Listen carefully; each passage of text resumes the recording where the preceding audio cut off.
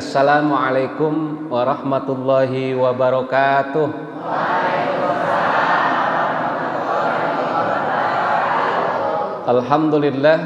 Alhamdulillahilladzi anzala ala abdihil kitaba wa lam yaj'al lahu iwaja qayyima liyundhira ba'san syadidan min ladunhu wa yubashshiral mu'minina alladzina ya'maluna sholihati anna lahum ajran hasana.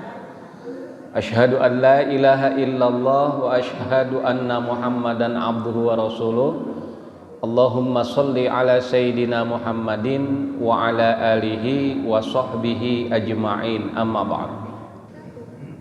Bapak Ibu sekalian yang saya hormati dan saya banggakan, ketika kita berbicara soal maulid, sebetulnya banyak hal yang harus kita ambil dari peringatan maulid. Ya. Seorang pemikir besar yang bernama Sir John Bernard Shaw itu dalam bukunya yang berjudul The Genuine Islam, dia mengatakan bahwa jika Inggris dan Eropa seluruhnya ada agama yang akan menguasai di wilayah itu, maka jawabannya di masa depan adalah Islam. Kenapa? Karena Bernard Shaw mengatakan karena pengaruh seorang nabi yang bernama Muhammad yang memiliki level yang sangat luar biasa, mengagumkan, ya, dan bersifat menyelamatkan umat manusia. Dengan penampilan seorang Rasulullah Muhammad ini yang akan membawa pengaruh nanti di abad selanjutnya bahwa Inggris, Eropa akan menjadi kekuatan terbesarnya adalah Islam. Karena apa? Karena faktor Nabi Muhammad yang memiliki kehebatan, memiliki akhlak yang baik dan bersifat menyelamatkan manusia, inilah daya tawarnya. Itu kata Bernard Shaw. Kemudian Mahatma Gandhi juga dalam sebuah jurnal yang ditulis di India yang berjudul The Young of India, dia mengatakan bahwa Islam tersebar di dunia ini bukan karena pedang, bukan karena kekerasan, bukan karena intimidasi, tapi lebih tepat Islam tersebar karena perilaku Muhammad yang menjadi panutan, seorang yang sangat peduli terhadap masyarakat, seorang yang sangat berperilaku baik, akhlaknya baik, dan daya tawar tingginya baik, dan sehingga siapa yang tidak akan manut kepada seorang Muhammad. Kemudian tokoh besar penulis buku yang kita kenal, Michael Hart, yang berjudul 100 orang terkemuka di dunia yang memiliki pengaruh sepanjang sejarah. Dari 100 tokoh itu ternyata Nabi Muhammad nomor 1. Ini mengalahkan Isaac Newton, mengalahkan kemudian Paulus. Dan hasil dia mengatakan kenapa Muhammad pada posisi 1. Dia mengatakan salah satu faktornya adalah biasanya orang lahir menjadi besar, menjadi pemuka agama, menjadi pemuka negara, atau menjadi orang hebat, itu biasanya terlahir dari sebuah peradaban yang hebat, terlahir dari sebuah kota yang kuat. Dan ternyata Muhammad terlahir justru dari kampung yang sangat terbelakang, kampung terpencil yang orang sendiri tidak tahu bahwa itu ada kampung. Itulah yang bernama Mekah. Dan kata Michael Hart bahwa seorang Muhammad dilahirkan dari kampung terpencil, daerah yang sangat terbelakang, tetapi lahir kemudian menjadi tokoh besar dunia. Berbeda tentunya dengan tokoh-tokoh lain. Kita mengenal Napoleon Bonaparte misalnya. Dia bisa menguasai Eropa karena apa? Karena Perancisnya sebagai negara superpower. Ini artinya menarik bahwa seorang Muhammad dilahirkan dari kampung terpencil, suatu daerah yang terbelakang, tapi lahir menjadi tokoh besar dunia. Itulah kata Michael Hart. Maka saya tidak tanggung menyampaikan Muhammad pada peringkat pertama. Subhanallah. Bapak Ibu sekalian yang saya hormati dan saya muliakan, memperingati Maulid Nabi Muhammad tidak sebatas kita hanya sekedar seperti air di daun talas. Tidak pernah kemudian air itu meresap. Pertanyaan saya, apakah maulid yang selalu kita laksanakan tiap tahun ini hanya seperti air di daun talas? Disirami rohani oleh penceramah, oleh seorang profesor bahkan hari ini, ya besok mah tidak berbekas lagi. Yang namanya biasa tukang bohong, bohong.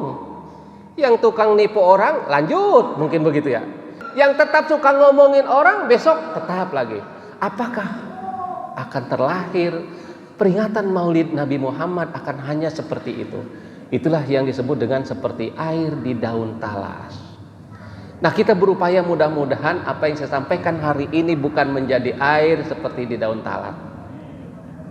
Kenapa demikian? Karena kita memperingati seorang tokoh besar yang kelahirannya saja itu sudah diprediksikan oleh dua orang nabi besar yang bernama Ibrahim dan Isa.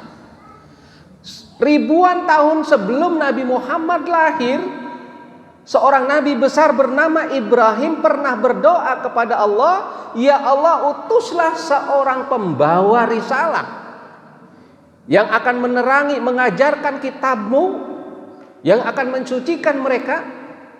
Dan ternyata dalam ribuan tahun lahirlah seorang Nabi Muhammad. Yang kedua, Nabi Isa. Dalam Al-Quran dijelaskan ketika Nabi Isa berpidato di depan kaum Bani Israel, dia mengatakan, "Aku ini adalah seorang nabi dari Bani Israel. Dan nanti akan datang, aku berikan kabar bergembira, akan datang seorang nabi sebagai nabi terakhir yang akan menyelamatkan umat manusia. Itulah yang bernama Ahmad. Ismuhu Ahmad." Itu bukan 100-200 tahun. Dari zaman Nabi Ibrahim kemudian sampai Isa, itu ribuan tahun sampai Nabi Muhammad, tapi kelahirannya sudah diprediksikan oleh dua orang nabi besar ini. Ini kehebatan Nabi Muhammad. Ya. Nabi Muhammad seorang tokoh yang lahir, kelahirannya sangat dinantikan. Maka sampai Nabi Muhammad bersabda dalam salah satu hadisnya mengatakan, "Ana da'watu Ibrahim wa busyra Isa." Saya ini terlahir karena doanya Nabi Ibrahim dan kabar gembiranya Nabi Isa. Tidak ada seorang yang terlahir, kelahirannya ribuan tahun sebelumnya sudah dinanti-nanti, sudah diprediksikan. Inilah Nabi besar Muhammad Sallallahu Alaihi Wasallam. Maka dari itu peringatan Maulid Nabi Muhammad, paling tidak hikmah yang harus kita ambil bukan seperti air di daun talas. Yang pertama, kita disuruh untuk mengenang sejarah. Peringatan Maulid Nabi Muhammad adalah dalam rangka kita mengenalkan sejarah kepada anak-anak kita, kepada suami atau istri kita, kepada anak-anak muda, kepada karang taruna, diingatkan ada Nabi besar Muhammad yang bobot dan kualitasnya beliau menjadi khotaman nabiyyin, menjadi penghulu para nabi, itulah Muhammad sallallahu alaihi wasallam. Ketika peristiwa Isra Mi'raj, sampai nabi-nabi terdahulu dari mulai Nabi Adam sampai Nabi Isa, semuanya bermakmum kepada Muhammad Rasulullah. Subhanallah. Ini luar biasa. Jadi tidak main-main nabi yang diutus kepada kita. Seorang nabi yang memiliki kekuatan yang sangat hebat dan menjadi manusia super di dunia ini. Tidak ada kesempurnaan makhluk Allah kecuali hanya Muhammad sallallahu alaihi wasallam. Bahkan hanya seorang nabi yang bernama Muhammad yang langsung berhadapan dengan Allah ketika di Sidratul Muntaha. Ya. Jadi tidak ada nabi yang mampu, bahkan malaikat pun tidak mampu menembus Sidratul Muntaha, itu dalam peristiwa Isra dan Mi'rajnya. Jadi luar biasa, memperingati Maulid Nabi Muhammad, saya bilang tadi bukan hanya sekedar air di daun talas, tapi ada hikmah yang harus kita ambil. Itu yang pertama tadi, mengenal sejarah Nabi Muhammad ya. Jadi anak-anak muda kita mungkin kalau ditanya hari ini, Anda kenal yang namanya kakeknya Rasulullah? Enggak tahu. Nah, ini bagaimana kita memperingati Maulid? Paling tidak kita mengenal sejarah-sejarah. Peristiwa kelahiran Nabi Muhammad ada ciri-ciri khas yang ada 3 hal. Yang pertama, ketika Nabi Muhammad dilahirkan yang disebut dengan tahun gajah, tahun fil, ya, itu karena ketika Nabi Muhammad dilahirkan pasukan Abraha, pasukan gajah dari daerah Habsyi yang membawa gajah ratusan untuk menghancurkan Ka'bah. Dan ternyata pada saat kelahiran itulah Allah mengirim pasukan yang disebut dengan ababil, burung ababil, hancur. Jadi peristiwa kelahiran Nabi Muhammad ditandai dengan peristiwa besar, dan ini harus diketahui sejarahnya, ya. Jadi yang pertama kita mengingatkan pada sejarah. Yang kedua, ketika Nabi Muhammad dilahirkan ada puluhan tiang penyangga di istana Kisra di kekuasaan Persia. Itu tiang balkon tiba-tiba roboh, ya, pada roboh itu. Jadi istana Kisra adalah istana paling besar karena ketika Rasulullah Muhammad dilahirkan ada 2 kerajaan terbesar di timur dan barat yang bernama Romawi dan Persia. Di Persia hancur ketika itu, balkon-balkon dan semua runtuh ketika Nabi Muhammad dilahirkan. Hitungan bagaimana balkonnya, kemudian bagaimana tiangnya, diprediksikan dibom juga nggak hancur. Tapi begitu Nabi Muhammad lahir, jatuh semua, meleleh, hancur. Itu peristiwa di Kisra. Orang yang menyembah api yang menyala sudah ribuan tahun, penyembah api, begitu Rasulullah Muhammad lahir tiba-tiba api Majusi itu mati total. Yang orang memprediksikan tidak akan pernah mati api itu. Tapi begitu Rasulullah lahir, api Majusi mati. Ini menandakan betapa isyarat Rasulullah Muhammad lahir akan menyebarkan Islam dari Romawi sampai Persia.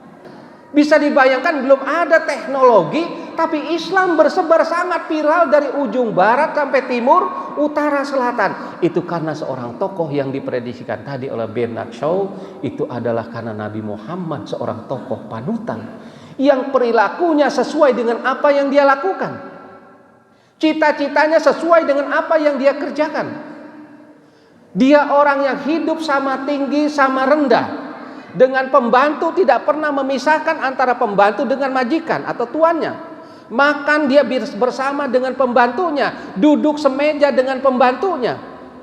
Istrinya sangat disayang, istrinya sangat disanjung, istrinya sangat dihormati, tetangganya sangat dihormati, lemah lembut, tidak pernah berkata kasar Rasulullah.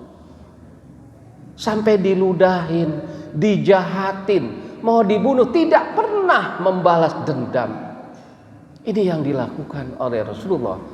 Maka bisa jadi Islam nanti menjadi sebuah agama yang sangat besar ketika kita meneladani perilaku Rasulullah. Maka sejarahnya kita harus tahu, Bu, ya Pak ya.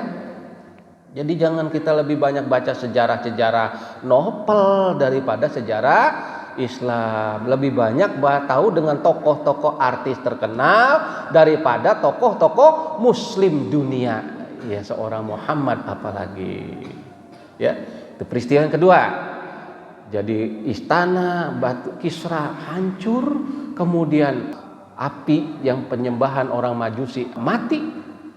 Dan kemudian juga ketika Nabi Muhammad dilahirkan, itu sinar dari perut Siti Aminah itu menembus sampai ke wilayah Syam. Wilayah Syam itu adalah perjalanan beberapa negara. Syam itu adalah yang sekarang adalah Palestina, Yordania, Lebanon, kemudian ya Syria. Luar biasa cahaya memancar. Ini isyarat yang selanjutnya bahwa Islam akan menjadi sebuah kekuatan sampai ke negeri Syam. Jadi banyak ciri-ciri ketika Rasulullah dilahirkan, baru proses kelahirannya saja sudah luar biasa hebat. Sebelum kelahirannya ribuan tahun sudah sudah diprediksikan oleh Ibrahim dan sudah dikabarkan gembira oleh Isya, dan ketika peristiwanya lahir pun luar biasa keajaiban-keajaiban yang terjadi. Itu peristiwa kelahiran Muhammad. Maka kita melaksanakan peringatan Nabi Muhammad Maulid, yang pertama hikmahnya kita harus mengenal sejarah. Kita melaksanakan Maulid Nabi besar Muhammad, kita tidak lagi berbicara soal bid'ah atau apa, tidak, ya. Dan kelebihan kehebatan Nabi Muhammad ini adalah berbeda dengan tokoh-tokoh kita. Kita ini mungkin kalau kita melaksanakan yang namanya ulang tahun, pertanyaan saya, apakah orang itu masih hidup atau sudah meninggal? Masih. Dari mulai ulang tahun pertama sampai ulang tahun ke-70.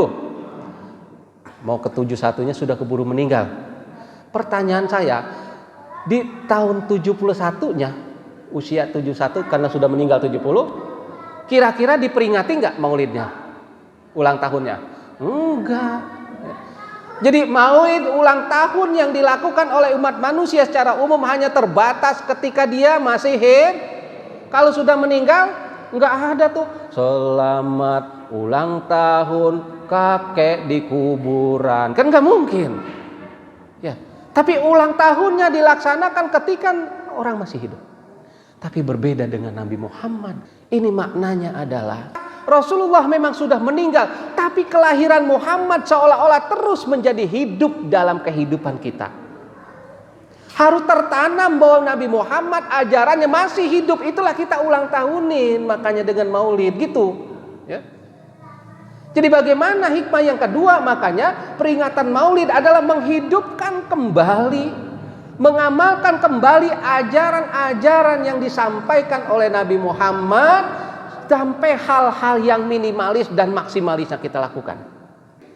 Nah, peristiwa Nabi Muhammad dilahirkan, kita menghidupkan kembali apa yang ajaran-ajaran Nabi Muhammad sampaikan kepada kita. Lagi-lagi kalau kita tidak melakukan itu seperti air di daun talas, intinya begitu. Jadi melaksanakan, mengamalkan kembali ajaran-ajaran yang senantiasa hidup walaupun Nabi Muhammad sudah tiada. Betul.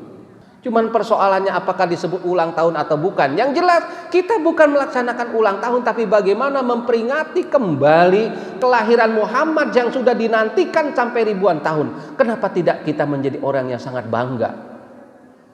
Karena kefiguran Nabi Muhammad adalah kefiguran yang sangat penting untuk kehidupan manusia, terutama kita ini, ya.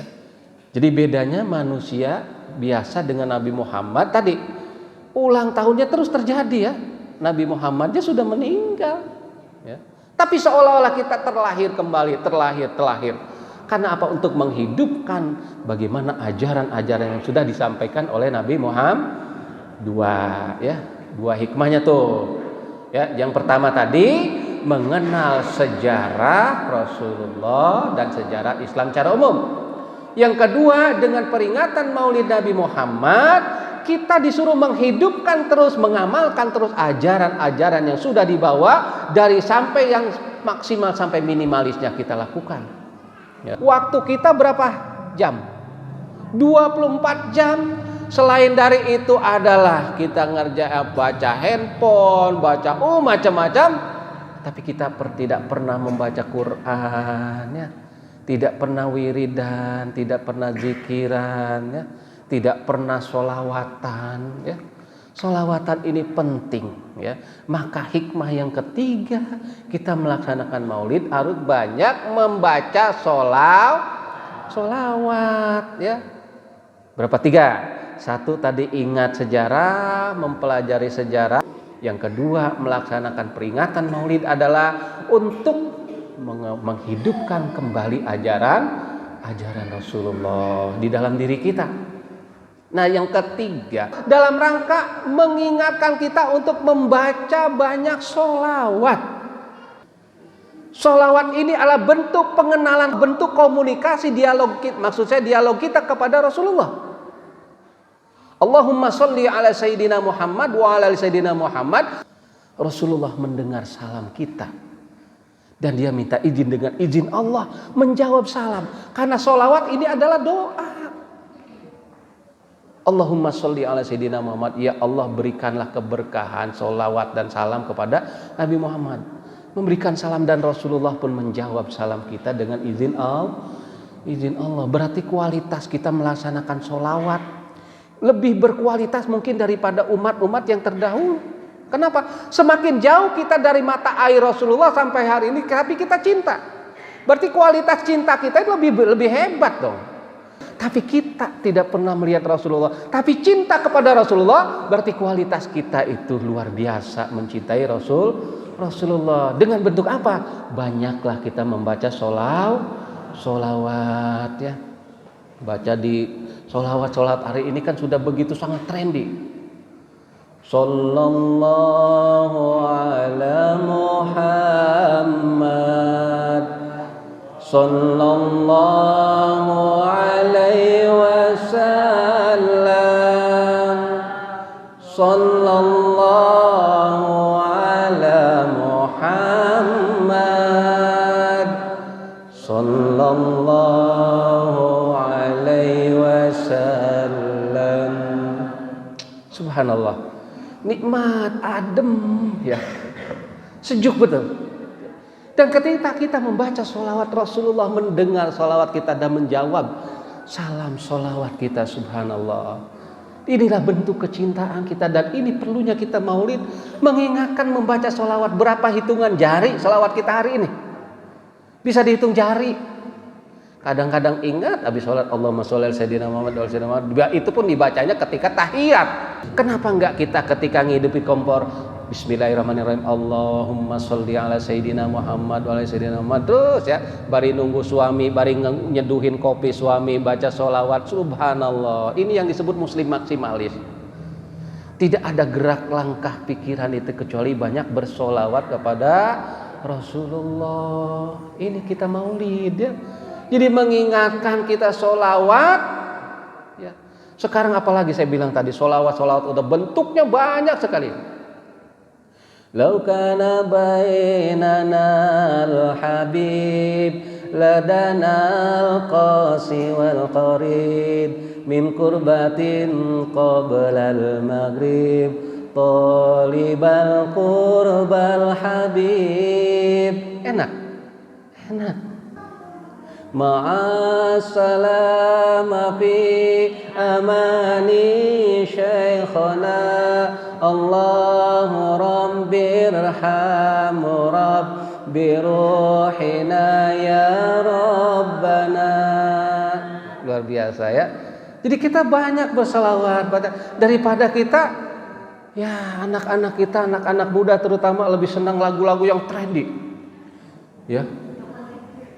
Dinginnya angin malam ini menerpa tubuhku, namun tidak dapat dinginkan panasnya hatiku ini. Oh, mungkinkah diri ini dapat merubah bui yang memutih menjadi permadani seperti pinta yang kau minta dalam janji cinta. Wah, ya. Sok. Sugan we aya X Factor ya, ikut aja. Indonesian Idol. Oke. Jadi kita lebih banyak terjebak mungkin dengan lagu-lagu yang maknanya apa. Ya. Tapi kalau kita sholawat itu doa, kiriman salam, tegur sapa kita kepada Rasulullah. Mau dilaguin mau tidak enak sekarang mah siapa juga bisa tadi. Sallallahu ala Muhammad, sallallahu alaihi wasallam, sallallahu ala Muhammad, sallallahu alaihi wasallam. Ya habibi ya Muhammad, ya arushal khabiqaini, ya muayyad ya mumajjad, ya imam al-qiblat Itu maknanya ya Habibi ya Muhammad, wahai kekasihku Muhammad. Ya. Jadi sampai di situ ya imamal qiblataini, wahai yang menjadi imam dua kiblat. Nah, peringatan Maulid kita jangan sampai tadi seperti air di daun talas. Mudah-mudahan pulang dari sini kita melangkah, mau masak, sedang nunggu anak, sedang nunggu suami, nyeduh kopi, Allahumma sholli ala sayyidina Muhammad. Nah, ini banyaklah baca sholawat, karena ini adalah bentuk kecintaan kita dan menyambungkan tali hubungan kita kepada Rasulullah. Oke, lanjut. Berapa tuh sudah? Pertama, paham sejarah. Yang kedua, melaksanakan ajaran, menghidupkan ajaran. Yang ketiga, banyak baca sholawat. Yang keempat, apa makna hikmah dari kita melaksanakan peringatan Maulid? Itu dalam rangka untuk berakhlak seperti akhlak Rasulullah, ya. Mencontoh akhlak Rasulullah, ya. Akhlaknya ini sampai Rasulullah itu tidak ada diutus kecuali hanya untuk menyempurnakan akhlak. Innama bu'istu liutammima makarimal akhlak. Sesungguhnya aku diutus ke muka bumi ini hanya untuk menyempurnakan akhlak, gitu ya. Akhlak hari ini sudah terjadi. Kita lihat berita di TV, setiap hari kita disuguhkan dengan peristiwa pembegalan, ya, korupsi, manipulasi, nipu uang rakyat. Jadi bagaimana hari ini akhlak manusia? Ini harus kita kembalikan kepada kita, murnikan kembali meniru akhlak Rasulullah yang sayang kepada istri, ya, sangat toleran, bahasanya sangat enak didengar, tidak pernah membentak, ya. Kalau kita mungkin suami rada telat tadi, kemana sih? Wah, gini baru pulang. Kenapa pulangnya pulang malam? Kalian aja pagi pulangnya, kan gitu ya? Marah, ya. Jadi nanti Pak kalau berangkat kemana-mana jangan pulang malam ya, pagi saja, gitu kan ya? Gitu. Jadi, nah, akhlak Rasulullah, bagaimana Rasulullah ketika dia mau sholat malam pun dibangunkan dengan bisikan mesra kepada istrinya, wahai Aisyah, izinkan aku mau sholat malam. Mau sholat menghadap Allah saja seorang Nabi Muhammad minta izin pada istrinya, maka apalagi juga istri mau puasa sunnah, izin sama suami. Ini bahasa-bahasa yang enak, hubungan komunikasi bagaimana Rasulullah mempraktekkan. Rasulullah adalah seorang suami yang hebat, seorang ayah yang mulia, seorang kakek yang sangat mulia perilakunya, ya. Seorang pemimpin kepala negara yang sangat mulia, dihormati, disegani, ditaati. Karena Rasulullah bukan hanya sebagai kepala agama, bukan hanya sebagai seorang nabi, tapi dia pemimpin negara di Madinah. Luar biasa, ya. Jadi Rasulullah dari mulai A sampai Z perilaku akhlaknya itu luar biasa, adalah teladan bagi kita. Laqad kana lakum fi Rasulillahi uswatun hasanah. Jadi sungguh pada diri Rasulullah itu adalah suri toladan. Suri toladan apanya? Akhlaknya. Ya, kalaupun tidak sesempurna Rasulullah, paling tidak keinginan untuk terus merubah akhlak kita, ya. Keinginan untuk memperbaiki perilaku kita, baik terhadap istri, terhadap tetangga, terhadap suami, terhadap anak, perbaiki terus. Karena kita selalu tiap tahun melaksanakan Maulid. Kalau tidak mau merubah akhlak tadi, hanya masuk telinga kanan, keluar telinga kiri. Itulah seperti air di daun talas. Ngapain capek-capek melaksanakan peringatan Maulid? Dan mudah-mudahan dengan kita melaksanakan peringatan Maulid ini dalam rangka kecintaan mahabbah kita kepada Rasulullah, seperti dijelaskan oleh Pak Ketua DKM tadi, mahabbah cinta kepada Allah bentuknya apa? Ya cinta melaksanakan perintahnya, melaksanakan amalan ajaran yang dilakukannya, cinta dalam bentuk kita banyak menerapkan akhlaknya, cinta juga yang lebih penting diucapkan dalam sholawat-sholawat yang tidak pernah berhenti sepanjang hari atau selalu kita ucapkan kepada Rasulullah. Kita tapi disuruh membasahi zikir kita. Di samping kita zikir kepada Allah, tapi juga kita banyak membaca sholawat. Antara Allah dengan Muhammad bagi konteks apa dalam ajaran Islam itu adalah dua hal yang sangat penting. Sampai kita bersyahadat nama Muhammad disebutkan, asyhadu an la ilaha illallah.